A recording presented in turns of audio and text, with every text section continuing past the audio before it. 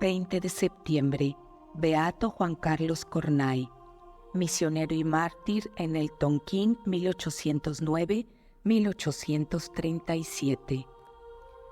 Juan Carlos Cornay es uno de esos seres privilegiados que, tras algunos días de cautiverio y por unos momentos de tortura, alcanzan la palma del martirio y arrebatan así la gloria celestial.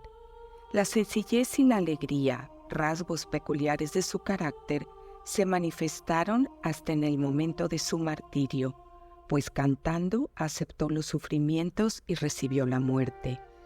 Vino al mundo el 27 de febrero de 1809 en Loudun, en el Poitou, donde sus padres tenían un comercio de telas pintadas de Rouen. Nada realizó durante los años de estudio en el Colegio de Saumur, ni más tarde en el Seminario Menor de Montmorillon, por donde se pudiera sospechar que el tranquilo joven llegaría a la altura del héroe. De gran sencillez, lindante con la simplicidad de carácter, pacífico y dulce, no hería ninguna sensibilidad, por extremada que fuese, pues en él no había el menor indicio de amor propio y era bien visto de cuantos con él vivían, según escribe uno de sus biógrafos. La posición acomodada de sus padres le ponía en situación de seguir una brillante carrera liberal, pero cuando llegó el momento de tomar una decisión, declaró sencillamente su deseo de estudiar para sacerdote. El 20 de octubre de 1827, a los 18 años, ingresó en el Seminario Conciliar de Poitiers. En él no se distinguió más que por una vida ordenada, estudiosa y devota, exenta de rarezas de carácter y de toda originalidad. Vocación misionera. Pero la gracia obraba en el interior de aquella alma, y sin poner de manifiesto sus cualidades latentes, Dios preparábase un vaso de elección. Llegó el día en que el deseo del sacrificio empezó a brotar en él. Habiendo dado un misionero de la Compañía de María una conferencia en el seminario sobre propagación de la fe, el seminarista sintió despertarse en su alma el deseo de las misiones y del martirio. Madurado que hubo su proyecto, se lo comunicó a su familia, que en un principio se opuso a ello. Hay que leer las cartas a sus padres para ver con qué tierna firmeza las contesta el joven. Querida madre mía, no puedo menos de derramar un torrente de lágrimas por las penas que te ocasiono. Si Dios en verdad me llama, será para mí el mayor sacrificio el separarme de ti. Lo único que me produce pena sois vosotros. Ten presente que no hay ninguna razón que pueda oponerse a la vocación, que cuando Dios llama a alguno, solo le da las gracias que le son necesarias para ello, y castiga con la esterilidad todo lo que no es según su voluntad. Y si yo obedezco a la tuya, en desprecio de la de Dios, tendré toda mi vida el pesar de no obrar según su voluntad. Y aquí no es el caso de decir, ¿por qué has de ser tú el que ha de ir? Deja que vayan otros. Dios no dice eso. A aquel a quien envía no le da derecho de descargarse sobre los demás. Dios y una madre son dos terribles enemigos cuando se trata de disputarse un hijo. Cuando Jesucristo dijo, todo aquel que no deje a su padre y a su madre para seguirme cuando yo lo llame, no es digno de ser mi discípulo.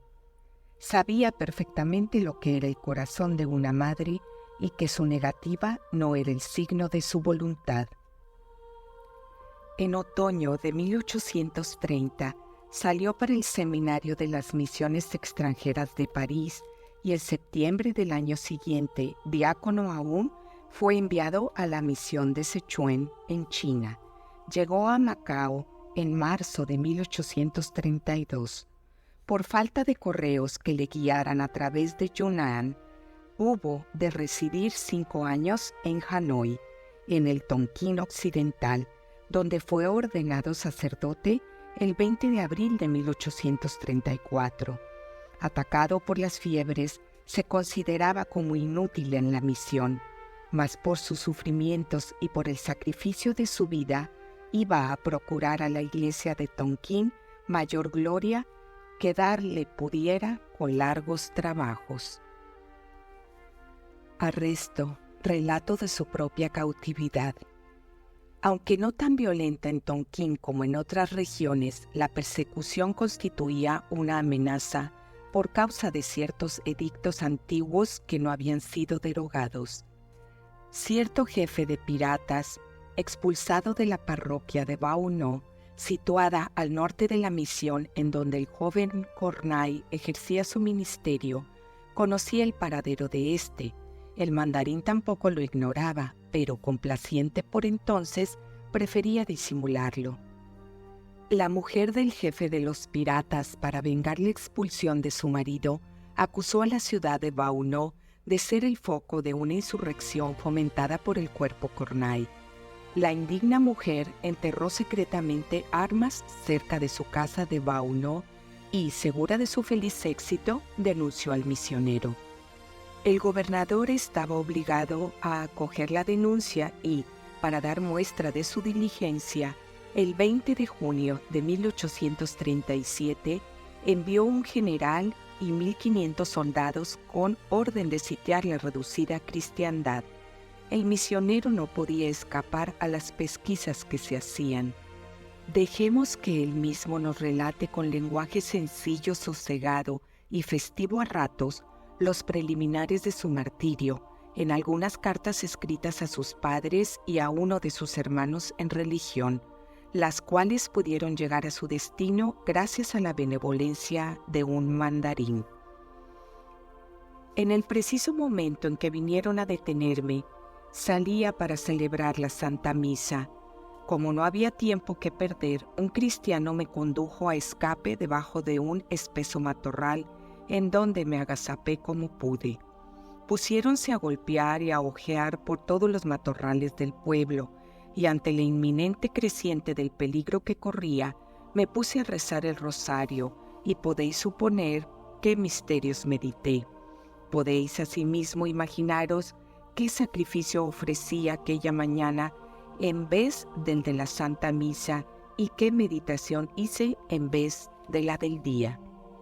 Sin embargo, hasta las 4 de la tarde, los soldados no llegaron a donde yo estaba. Cuando vi penetrar en las matas sus largas lanzas provistas de una punta de hierro, no pensé en que hubiera sido preferible haberme dejado atravesar allí mismo, pues hubiese ahorrado todas las miserias que se siguen a las circunstancias presentes. Salí antes de que el hierro me hiriera y me entregué a ellos. Vedme, pues, prisionero. Me sometieron al suplicio de la canga. Luego de haber permanecido por mucho tiempo expuesto a los ardores del sol, me senté y esperé pacientemente lo que de mí dispondrían. Hacia las 5, viendo que mi ayuno se prolongaba, pedí al mandarín un poco de arroz. Diéronme 3 cucharadas, que fueron toda mi refección. Así se terminó el primer día. Me dieron una mala estera rota. Sentéme sobre ella como pude con mi artefacto de tortura, pero me fue imposible cerrar los ojos en toda la noche. Sin embargo, el comandante de las tropas, queriendo dar a su captura más resonancia y tratar a Juan Carlos como a un gran criminal, le hizo construir una jaula.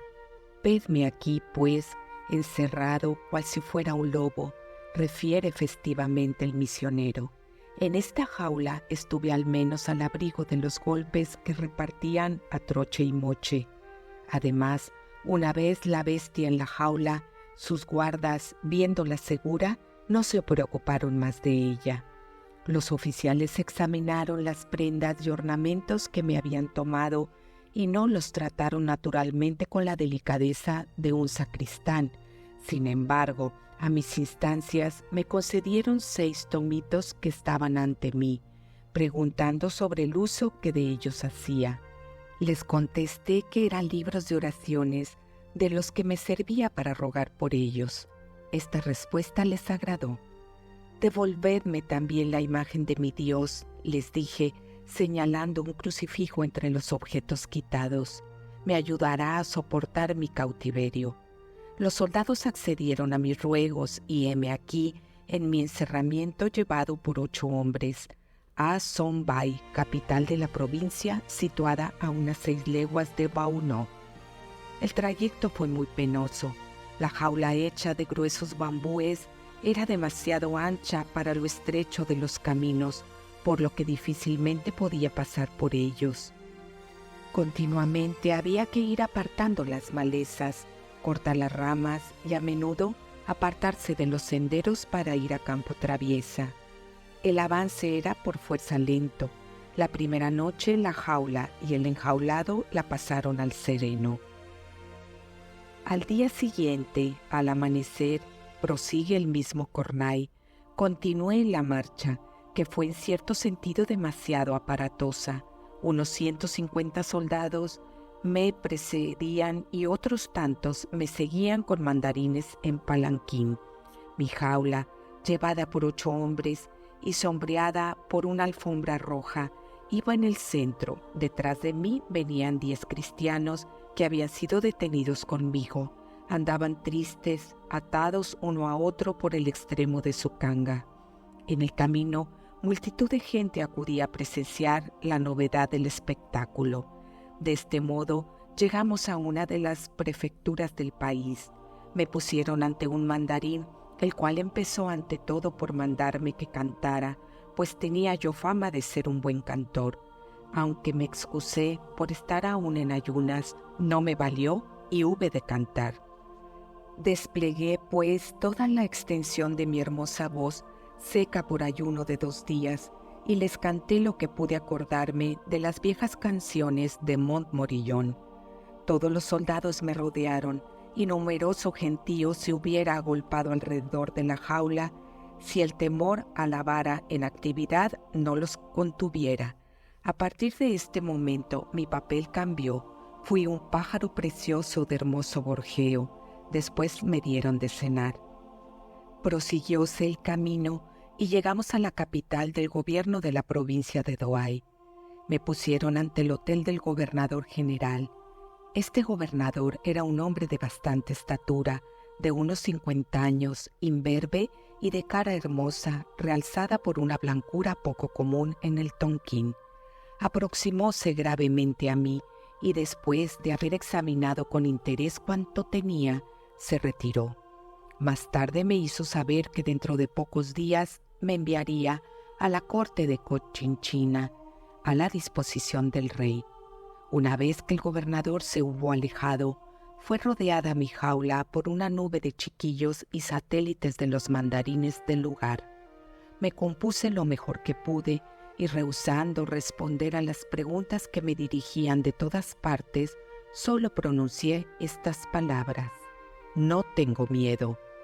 Palabras que fueron repetidas de boca en boca. «No, no tengas miedo», me decían. «No queremos hacerte daño alguno. Solo la curiosidad nos atrae junto a ti. Nunca habíamos visto un europeo». En todas las visitas que recibí, una de las preguntas que me hacían los curiosos era la de si yo tenía mujer e hijos. Les contesté presto que no, y les expliqué la causa y la utilidad de esta privación, lo que no dejó de ser bien comprendido por mis oyentes. Aproveché de esta circunstancia para hablarles de Jesucristo y de su doctrina, y después canté una letrilla a la Santísima Virgen. En el tormento. Se despide de la familia. La vasta jaula de bambú solo era provisional. En la capital de la provincia fuele ofrecida otra más elegante, pero más incómoda para el mártir, cuadrada, de 5 pies de alta por 4 de ancha. No era ni bastante elevada para que pudiera estar de pie, ni lo suficientemente larga para que pudiese tenderse. La tal jaula hacía sufrir al prisionero grandes dolores. Al cabo de 8 días de enjaulamiento, continuó el mártir, estoy muy cansado de guardar siempre la misma postura en un espacio tan reducido. Por la noche particularmente estoy molido por la dureza de las cañas, pero es necesario sufrir, sin más perspectiva que un aumento de dolores de día en día. Tal es la voluntad de Dios. Fiat. En cuanto a mis ocupaciones, rezo el breviario, medito y me entrego a la voluntad de Dios. Le pido perdón de mis pecados y que me dé fuerza para sufrir con paciencia. Le ruego sobre todo que pueda confesar su santo nombre ante los infieles. El misionero no se llamaba a engaño acerca de la suerte que le esperaba. Así se deja entrever en una admirable carta a sus padres. Cuando recibáis esta carta, queridos padres, no os aflijáis por mi muerte. Al consentir mi venida, aceptasteis ya la parte más grande del sacrificio. Cuando leísteis relatos de los malos que asolan a este desgraciado país, inquietos por mi suerte, ¿no habéis tenido que renovar este sacrificio? Pronto al recibir esta última despedida de vuestro hijo, habréis de completarlo. Pero ya de ello estoy convencido, estaré libre de las miserias de esta vida y seré admitido en la gloria celestial. Oh, ¿cómo pensaré entonces en vosotros? ¿Cómo suplicaré al Señor os dé gran parte de mi recompensa, puesto que la tenéis tan grande en el sacrificio? Sois demasiado buenos cristianos, absténgome por tanto de toda reflexión. Adiós, queridísimos padres, adiós. Ya en los grillos, ofrezco mis sufrimientos por vosotros. No olvido tampoco a mis hermanas.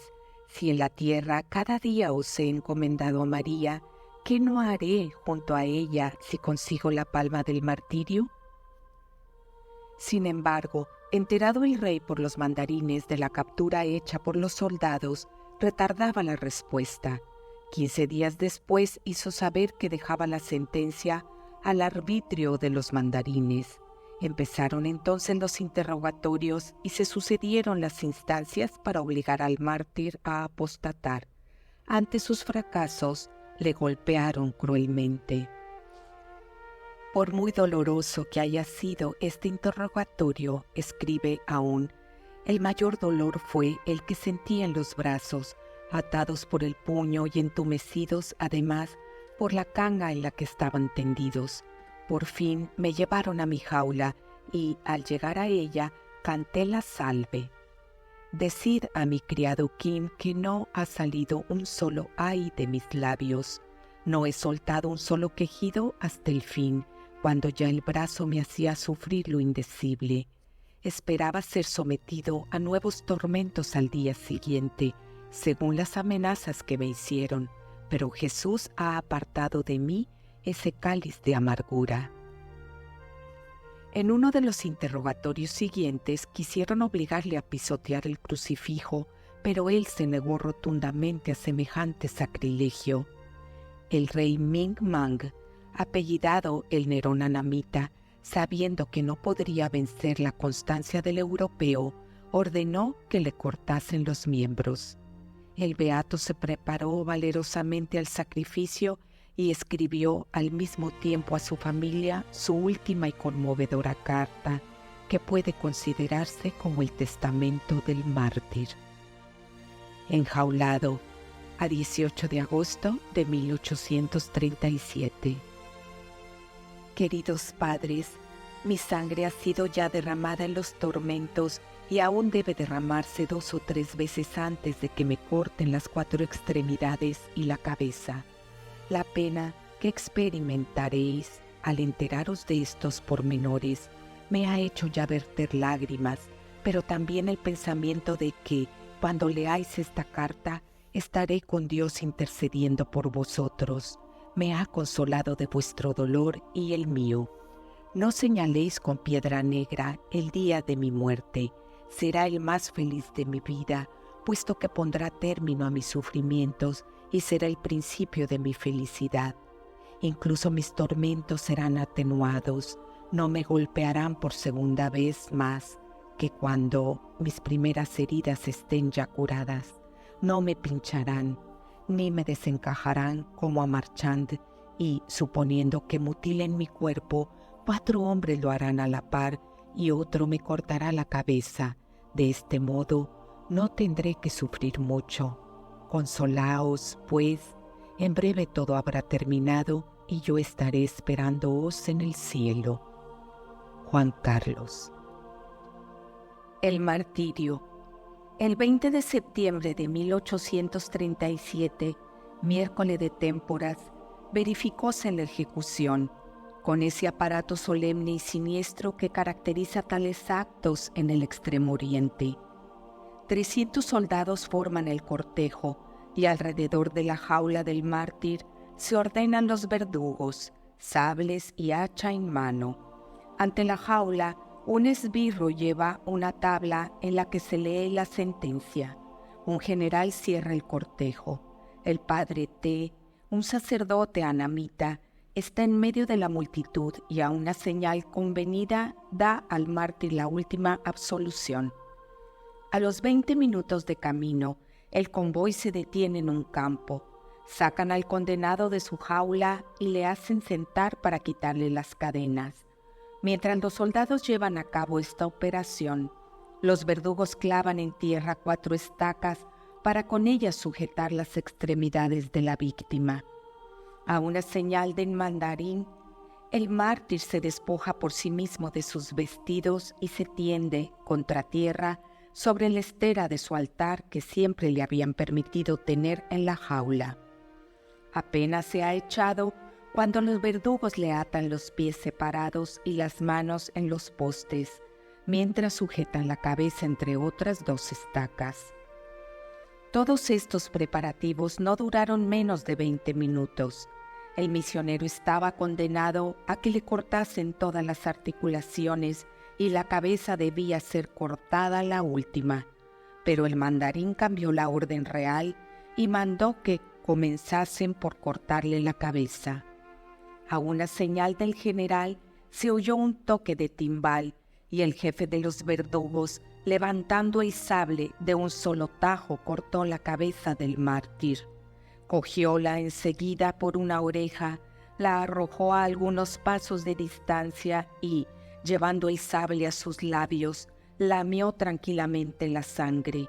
Cortó luego el brazo izquierdo y dejó a sus subalternos el cuidado de hacer lo mismo con las restantes extremidades.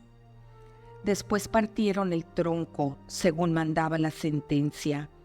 Los verdugos arrancaron el hígado, lo despedazaron y se lo comieron. Comiendo su hígado, decían, nos haremos valerosos como él. Terminada la ejecución, los cristianos recogieron los restos sangrientos, embebieron en la sangre cuanto tuvieron a mano, vestidos del mártir, pañuelos, papel, etc. Hasta los paganos, sobreponiéndose a su horror profundo por los cadáveres de los ajusticiados, fueron a recoger algunas gotas de esa sangre preciosa, a fin, decían, de hacer de estas reliquias raras diversos sortilegios contra el diablo. Por la tarde, un catequista llevó un ataúd en el cual se depositaron los miembros reunidos con tiras de tela y los enterraron en el mismo lugar del suplicio. La cabeza, según la sentencia, debía estar expuesta durante 3 días y ser después arrojada al río. Primeramente fue llevada por un niño, el cual, al pasar por las tiendas, se detenía para mostrarla. Los cristianos obtuvieron que fuese envuelta en una tela y colocada en una cesta. Al cabo de 3 días, consiguieron sustraerla a los paganos y la llevaron a Chieung, cristiandad próxima a Bauno, donde un compañero del mártir Cornay la encerró en un cofre precioso que colocó en la choza de paja que servía de capilla al convento. Al año siguiente, en el mes de julio, esos mismos cristianos consiguieron llevarse durante la noche el cuerpo, y lo transportaron también a Cheung, en donde yace en la pequeña iglesia de ladrillo edificada en 1901 en honor del mártir. En el Seminario de las Misiones Extranjeras se conserva un curioso cuadro pintado por un testigo anamita, cuadro que representa fielmente la escena de la ejecución y, entre otras reliquias, la estera sobre la cual el mártir fue decapitado y cortado en trozos. Difícilmente se domina una impresión de horror a la vista de las grandes manchas de sangre que el tiempo ha vuelto casi negras y de las señales de los cortes producidos por el hacha de los verdugos al despedazar los miembros de la víctima. El 27 de mayo de 1900, Juan Carlos Cornay fue beatificado por León XIII con otros 76 mártires misioneros de esta época.